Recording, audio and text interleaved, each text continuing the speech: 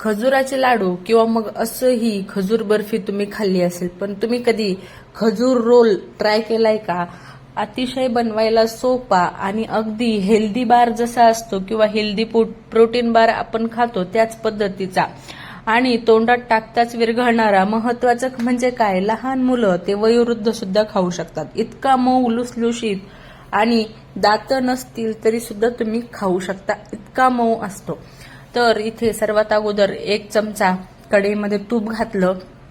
त्यानंतर इथे मी साधारण 75 ग्रॅम जे आहे काजूचे असे बारीक तुकडे किंवा मग तुम्ही चॉपिंगमध्ये चॉप करून सुद्धा घेऊ शकता. त्यानंतर सेम वजनामध्ये बदाम सुद्धा असे बारीक कट करून घेतली आणि 50 ग्रॅम पिस्ते घेतलेले आहेत, ते सुद्धा बारीक कट करून घेतले. आता हे जे आहे ड्रायफ्रूट एकदम बारीक करायचे जेणेकरून आपला रोल जो आहे व्यवस्थित तयार होईल. त्यानंतर हे जे ड्रायफ्रूट आहे तुपामध्ये 2 ते 3 मिनिटं मंद आचेवर रोस्ट करायचे जेणेकरून यातलं मॉइश्चर निघून जातं, शेल्फ लाईफ सुद्धा वाढते. त्यानंतर हे जे ड्रायफ्रूट आहे एका ताटामध्ये काढून घेतले. 2 चमचे खसखस सुद्धा घातली. आता जर तुम्ही उपवासाला हा ड्रायफ्रूट रोल किंवा मग खजूर ड्रायफ्रूट रोल सुद्धा आपण म्हणू शकतो, तर उपवासाला बनवत असाल तर मग खसखस नका घालू. त्यानंतर इथे मी साधारण इथे अर्धा किलो इतकी खजूर घेतलेली आहे. सॉफ्ट जी डब्यामधली खजूर येते बघा तीच घेतलेली आहे. तिची बी वगैरे काढून घेतली, मिक्सरला थोडीशी फिरवून घेतली. त्यानंतर कढईमध्ये परत 1 चमचा तूप घातलं आणि संपूर्ण मिक्सरला फिरवली खजूर जी आहे यामध्ये घालून घेतली. आता खजूर सुद्धा साधारण 4 ते 5 मिनिटं तुपामध्ये छान भाजून घ्यायची जेणेकरून त्यातला सुद्धा थोडासा ओलसरपणा कमी होऊन खजूर जी आहे छान भाजली जाते. ज्यावेळेस आपण खजूर भाजतो तर त्याची शेल्फ लाईफ तर वाढते, चव सुद्धा दुपटीने वाढते, कारण आपण तुपामध्ये ही खजूर भाजत असतो. आणि महत्वाचं म्हणजे काय, तर आपण सर्व जिन्नस भाजून घेतल्या की जास्त काळ टिकायला मदत होते. खजूर साधारण 4 ते 5 मिनिटं भाजून घेतली मीडियम फ्लेमवर. त्यानंतर यामध्ये जे आपले रोस्ट केलेले ड्रायफ्रूट होते तुकडे ते सुद्धा घातले आणि परत जे आहे साधारण 2 ते 3 मिनिटं मिक्स करून घेऊया जेणेकरून खजूरमध्ये संपूर्ण ड्रायफ्रुटाचे तुकडे जे आहेत ते छान असे मिक्सअप होतील. तर हे बघा असा काहीसा याचा गोळा जो आहे तयार झालेला आहे. आता इथे व्यवस्थित गोळा तयार झालेला आहे. संपूर्ण ड्रायफ्रूट जे आहे खजूरमध्ये ऍब्झॉर्ब झालेले आहे, एकही कण बाहेर शिल्लक राहिलेला नाही. त्यानंतर पोळपाटाला थोडंसं तूप लावून ठेवलेलं होतं. पोळपाटावर हा जो खजूरचा म्हणजे गोळा आहे तो काढून घेतला. एका डिशमध्ये ही खसखस जी आहे पेरून घेतली म्हणजे जेणेकरून आपल्याला रोल करण्यासाठी मदत होईल. हाताला थोडंसं तूप लावून घ्यायचं आणि अशा पद्धतीचा अगोदर पोळपाटावर रोल बनवायचा. त्यानंतर खसखसमध्ये घोळवून घ्यायचा. आता हा खूप गरम आहे त्यामुळं काय करायचं, याला थोडंसं थंड होऊ द्यायचं. त्यानंतर कटिंग करायची. तर नॉर्मल टेम्परेचरवर किंवा मग फ्रीजमध्ये जरी ठेवलं तरी सुद्धा चालेल. आणि पूर्ण थंड झाली की मग आपण याचे जे आहेत तुकडे करायला घेऊया, कारण आत्ता जर आपण तुकडे करायला घेतले तर व्यवस्थित होणार नाही, तुटले जातील. आणि महत्वाचं म्हणजे काय, तर आपल्याला जसे तुकडे हवेत तसे होणार नाही. तर साधारण अर्धा तास मी तसंच ठेवलेलं होतं नॉर्मल टेम्परेचरला. अर्धा तासानंतर याचे तुकडे बनवायला घेतले. आता तुकडे जे आहे धारदार सुरी घ्यायची म्हणजे काय होतं, पटकन असे तुकडे होतात आणि खूप जास्त पसरट असे हे रोल तयार होत नाहीत. तर अशा पद्धतीने अर्धा किलो खजूर प्रमाणात इतके रोल जे आहेत तयार झाले. तर इथे मी मीडियम साईजचे कट केलेले आहे. तुम्ही हवं तर पातळ किंवा मग आणखीन मोठी साईज सुद्धा करू शकता. जर तुम्हाला इथे रोल करायला जमलाच नाही तर मग साधे सोपे तुम्ही छोटे छोटे लाडू सुद्धा वळू शकता. चव सेमच राहील, फक्त दिसण्यासाठी रोल जे आहे थोडेसे अट्रॅक्टिव्ह दिसतात. आणि कुठेही प्रवासामध्ये खसखस लावली नाही तर उपवासाला सुद्धा खाऊ शकता. आता आषाढी एकादशी सुद्धा येणार आहे तर तुम्ही नक्की ट्राय करू शकता. आता आपण त्याचबरोबर इथे शेंगदाणा कतली सुद्धा पाहणार आहोत. बऱ्याच वेळेस तुम्ही काजू कतली ऐकली असेल, बदाम कतली ऐकली असेल, पण शेंगदाणा कतली किंवा मग शेंगदाणा बर्फी तुम्ही ऐकली आहे का? बनवायला अतिशय सोपी, कमी खर्चामध्ये, कमी पैशामध्ये झटपट अशी ही तयार होते आणि अगदी सोप्या पद्धतीने तयार होते. तर इथे सर्वात अगोदर मी शेंगदाणे घेतलेले आहे. साधारण एक अर्धा किलो शेंगदाणे घेतलेले आहे. आता इथे मी 2 प्रकारच्या चिक्की बनवत आहे. तर पहिली चिक्की मी ऑलरेडी चॅनलवर अपलोड केलेली आहे, तुम्ही जाऊन पाहू शकता. तर कढईमध्ये शेंगदाणे घातले. मीडियम फ्लेमवर छान असा चटचट आवाज येईल इतके शेंगदाणे भाजून घ्यायचे आपल्याला. एकंदरीत काय तर खूप जास्त डागीर शेंगदाणे भाजायचे नाहीयेत किंवा खूप जास्त रंग बदलेला असा नाही. फक्त आपल्याला शेंगदाण्याची साल जी आहे व्यवस्थित काढून घ्यायची आहे, इतकेच आपल्याला हे शेंगदाणे भाजून घ्यायचे. शेंगदाणे भाजून झाले, एका ताटामध्ये काढून घेतले आणि लगेचच याचे थोडेसे थंड झाले की लगेचच साल काढायला घेऊया.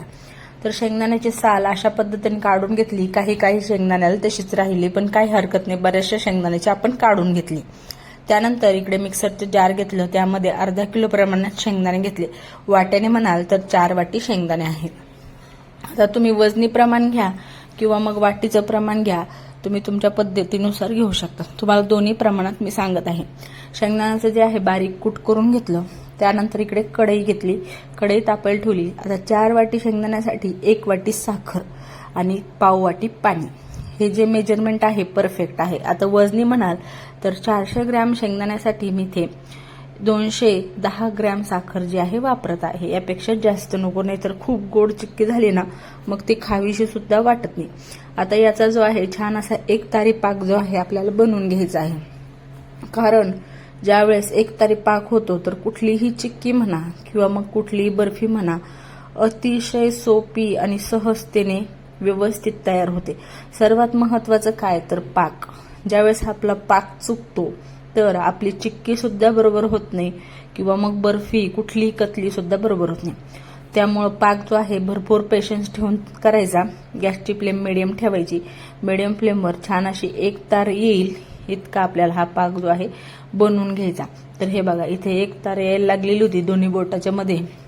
मी हा गरम गरम पाक जो आहे चेक करत आहे. थोडासा चमचा जर थंड झाला की मग हाताला घेऊन तुम्हाला इथे दाखवत आहे की एक तार अशा पद्धतीने आली की यामध्ये काही वेलचीचे दाणे घातले, जे की पूर्णतः ऑप्शनल आहे. नको असेल तर नाही घातले तरी सुद्धा चालतील.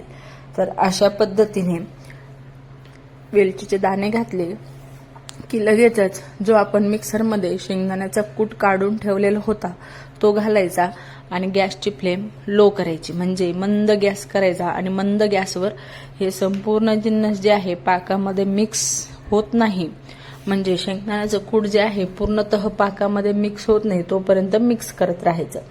गॅसची फ्लेम जी आहे मंद ठेवायची, म्हणजे जरी आपला पाक थोडासा कमी एकतार झाली असेल तरी सुद्धा आपली जी शेंगदाण्याचा गोळा आहे किंवा याचा जो आहे आपल्याला संपूर्ण असा एक गोळा करून घ्यायचा आहे.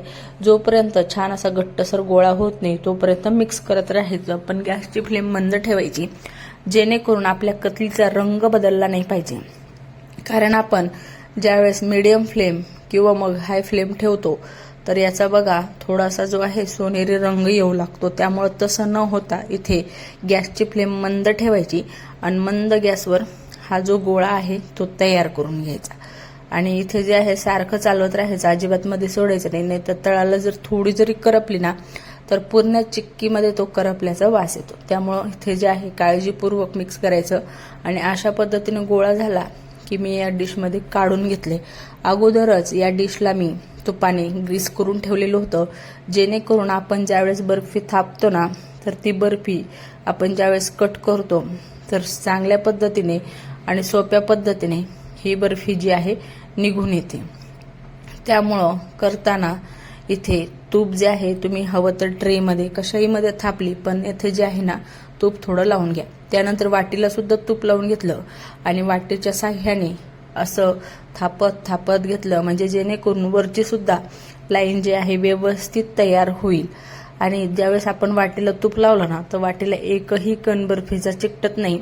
महत्वाचं म्हणजे काय तर अजिबात ड्रायफ्रूट न वापरता किंवा खूप जास्त तूप न वापरता ही बर्फी तयार होते. शेंगदाणे तर सगळ्यांच्या घरामध्ये अवेलेबल असतातच, त्यामुळं तुम्ही ह्या आषाढी एकादशीला ही बर्फी करून ठेवा. आषाढी एकादशीच काय तर कुठल्याही उपवासाला तुम्ही खाऊ शकता किंवा मग असंही अधूनमधून प्रोटीनयुक्त आहे त्यामुळं खाऊ शकता.